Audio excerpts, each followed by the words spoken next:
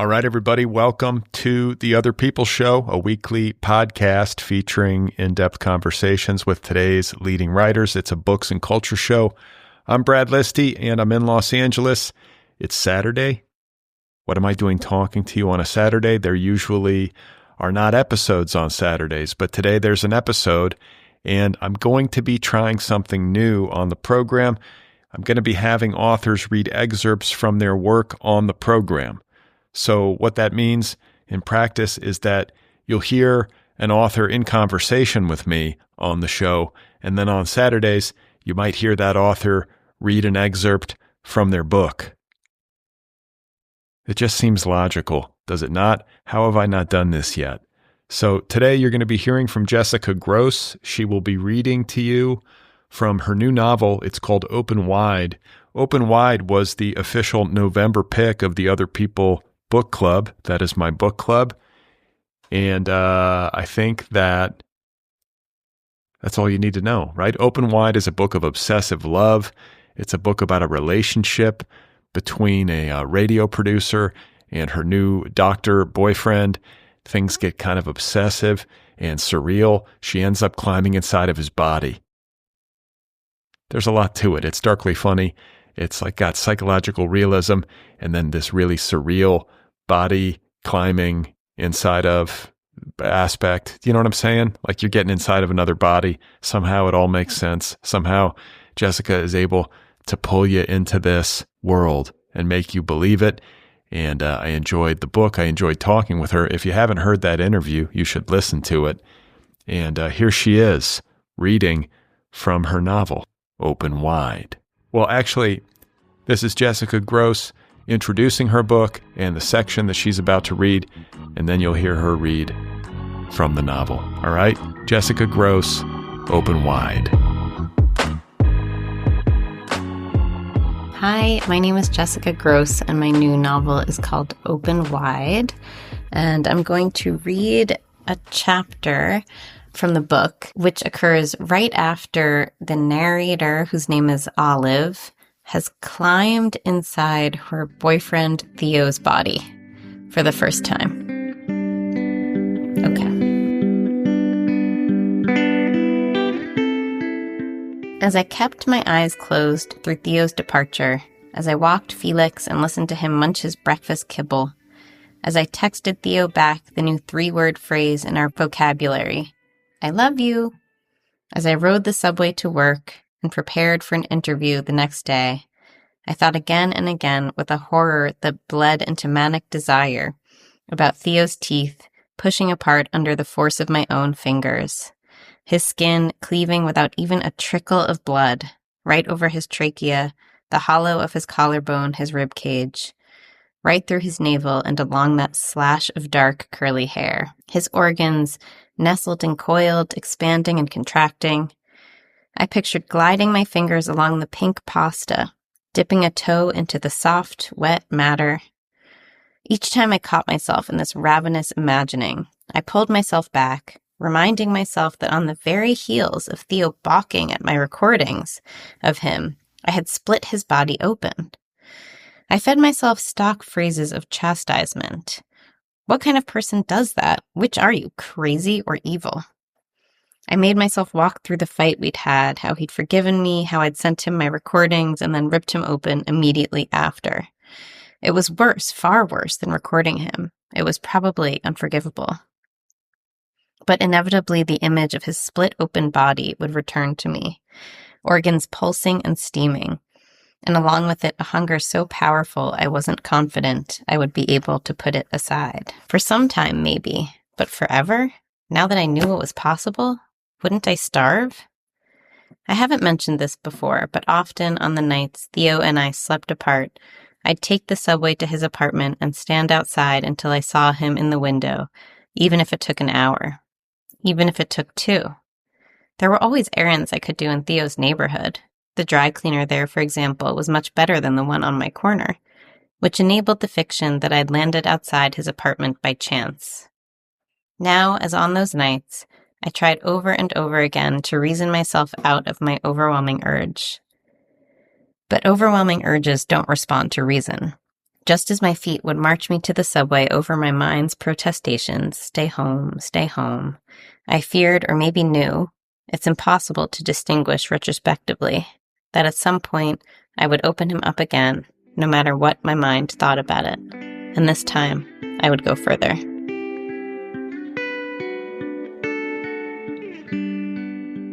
I was in bed by the time Theo arrived the next day.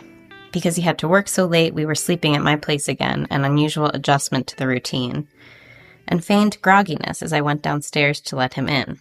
When I opened the door, he pulled me in for a kiss so deep and genuine I almost pushed him away. His mouth was as tender as a ripe nectarine. When we parted, Theo put his hands on my shoulders and made his eyes soft with care. "The person I love," he said. My stomach twisted. I leaned into him, kissing him with a forcefulness that almost made me forget what I had done. I don't have to do it again, I thought. It's enough. I had overstepped once, and I wouldn't again. Not tonight. Not ever. Upstairs, we lay together like a braid. It wasn't long before Theo fell asleep. I wasn't at all tired. My body hummed as though supplied by electricity. I pressed my back into his stomach, trying to find enough comfort there to relax, if not fall asleep.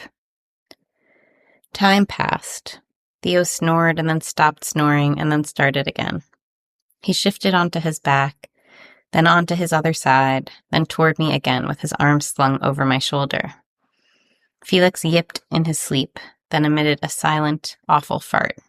Gingerly, I extricated myself from Theo's limbs and sat up beside him. Curled on his side, he looked as innocent and peaceful as a little boy. I stroked his hair, smoothing it back behind his ear, and he murmured a soft, I watched him until I was sure he was sleeping, his breathing heavy and rhythmic as it always was when he'd entered that underworld, then shifted him, inch by inch, onto his back. His eyelids fluttered. I lay back down. He began to snore. I sat back up. I could pass hours like this, looking at his beautiful face, his delicate features, his dark, thick hair, and I thought maybe I would, but I needed to at least test it, see if it had been real. Maybe it hadn't been, and I'd be freed from doing anything at all. As I had the night before, I pressed my fingers to Theo's teeth. At first they didn't budge, and I felt simultaneously liberated and desolate. But then, bit by tiny bit, they began to shift. The relief of consummation enveloped me. I pressed forcefully, my muscles straining, until the gap was wide enough to fit both fingers through and pull his teeth apart. His mouth split open, down his chin and neck and torso, down the curling hairs that led to the waistband of his boxers, which was where I stopped, the bulge of his penis intact. Felix raised his head, aroused by the smell. I kept rawhides in my desk to distract him while I was working. Now I reached over and, as quietly as I could, opened the drawer to extract one. Felix sniffed it and then took it into his mouth, gnawing it with force. I turned back to Theo, holding my breath to see if Felix's chewing would wake him up. He didn't stir. If his face was beautiful to behold, his insides are, transcendent. I was, as I'd been the night before, as moved as I'd been at the symphony, while singing familiar songs in synagogue, when looking at a pine-ringed lake. I imagined this was how Theo had felt at work when he'd first started. I stroked my fingers along his intestine. It was silky and slick. I wanted to lick it. Instead, I brought my fingers to my mouth and closed my lips around them. I had expected Theo to taste metallic, but there was instead a stringent bitterness. I balanced on one knee, hand pressed against the wall, and lifted the other foot up and over Theo's body as though climbing into an inflatable pool. For a few moments, I hovered my foot above the pulsing puddle of his organs, then quickly, before I could lose my nerve, dipped my toe into his intestine. It was tender and warm. With little effort, I pushed my foot in, up to the ankle. It squelched loudly. My breath caught and I froze, but Theo's eyes remained closed. Felix somehow hadn't barked, as if he understood this behavior to be on a continuum with the masturbatory scenes he'd witnessed. His head was still flat on the bedspread, but his eyes were open, watching me, marbles revolving in their sockets. Without removing my foot from Theo, I reached over and petted Felix's head, then shifted my weight to the foot inside Theo in order to sweep the other one in next to it. Still, Theo didn't stir. In the pool of his torso, my feet looked smaller than normal, as though they'd contracted to fit the space available, though this apparent shrinking didn't register as any kind of tension or crunching or pain. It was feelingless, in fact, natural, biological. The only sensation was that of his organs against my skin. I sank my entire body inside him. Each part seemed to grow smaller as it made contact with his insides, and lay on my side, fitting myself between what I thought were his stomach and his liver. One of his lungs, or maybe it was his diaphragm, pressed down on my head, his ribcage a crown. The opening was now above me, and I zipped him back up until the darkness was complete. By now it was clear I wasn't dreaming. With the benefit of hindsight, I can promise that I was not. My guilt vanished temporarily as I marveled at my surroundings.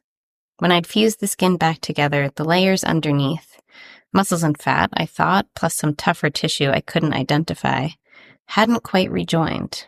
There was a slight aperture between the two halves. I figured that sealing together the underskin layers would involve the same procedure, pressing them together with my fingers, bottom to top, but decided to leave them slightly parted so that it would be easy for me to unzip Theo when it was time to get out. My pajamas, boxers and an old t-shirt, had bunched beneath me in spots, not exactly comfortable, and I wondered if I should have removed them, but that might have awakened Theo. I hoped my presence wasn't restricting his breathing, but the movement of his lungs, inflating and deflating above me, seemed consistent. There was, as he'd once told me, a slippery fluid coating each organ. It felt slick and oily against the exposed parts of my skin. I listened to the thudding of his heart, muffled by the organs pressing against my ears. The tempo was steady and calm. He was okay. Maybe he even liked it, the feel of me inside of him. Didn't I like it when we had sex? Didn't pregnant people feel special, anointed, as though they could be holding the Messiah? The observer part of me heard these thoughts and responded, "You're excusing yourself for something inexcusable." But these protestations were half-hearted. The other part of me, the present and feeling part, had no desire nor intention to leave. Life among Theo's organs was squishy and warm. I fit perfectly, as though his body had been made for me and mine for him. I could feel the reverberations of his heart, rhythmic through his body, shushing me, making me drowsy. I spent the following hours in the deepest sleep of my life.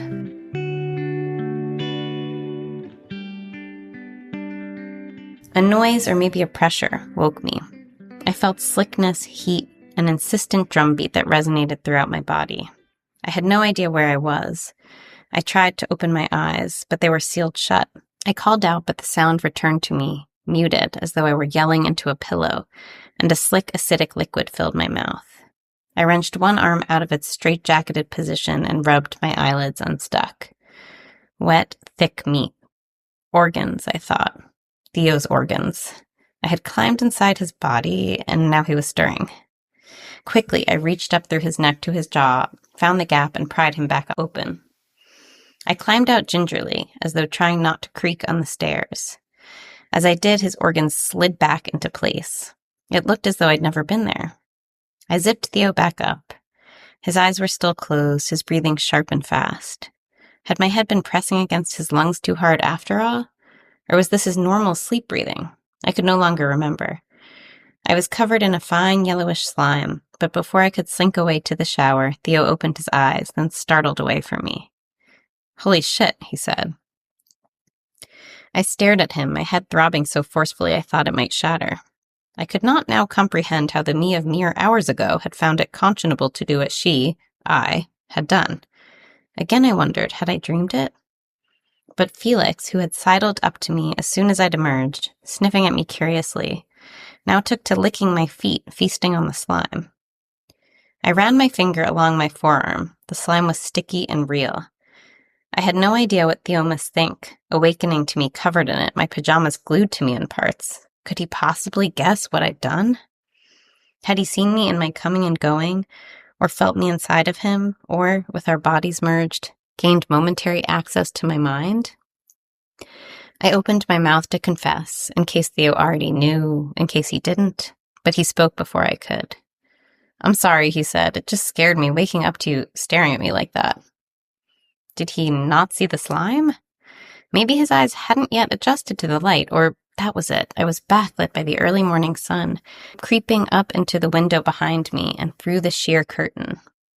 My hair was plastered against my head, but must look to him as though I had pulled it back in a severe ponytail. I apologized for scaring him. "I just woke up a minute ago," I said. "I had a strange dream. I think it was Thanksgiving or something about eating a big meal. I don't know, it's slipping away," he said. For a brief moment they came to me, the dreams I'd had those nights I'd awakened to my mother hovering above me, stuffing myself full of chocolate cake, finding myself pregnant with a jellyfish, vomiting up a stream of marbles. I felt queasy. "I don't think I had any dreams," I said to Theo. At a vigorous slurping noise, we both turned toward Felix, who was now licking between my toes, rooting out the slime. "Why is he licking like that?" Theo asked. I had a desperate urge to tell him, but it just as quickly vanished. If he believed me, I would lose him. Of course, he wouldn't believe me. He would think I was inventing things, if not insane. But the biggest deterrent was the horrifying truth that telling Theo would make real to me what I had done. "Maybe they're sweaty," I said. Felix had always licked my feet after I'd gone on runs. I used to think of it as going to the Felix spa. "Mind if I shower?" I asked. "Sure," Theo said. "I don't have to be in for an hour." I climbed off the bed, hardly believing I was going to get away with this. I glanced down at the comforter. It might be stained, but from this vantage point, at least, its pattern of interlocking persimmons made any irregularity difficult to ascertain. I turned toward the door. "What, no kiss?" Theo said to my back. And then, like a dagger, "From the person I love?" I turned back around, then gestured to my mouth. "I have horrible morning breath," I said. "I'll give you one as soon as I shower and brush my teeth. I promise." "Since when do you care about morning breath?" "Trust me." I made a gagging motion, then closed the door behind me. In the bathroom, I stared myself down.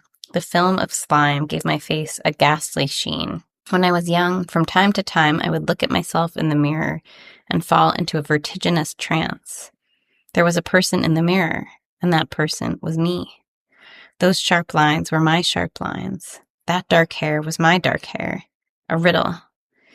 The feeling revisited me as I stared at my reflection, waiting for the water to warm.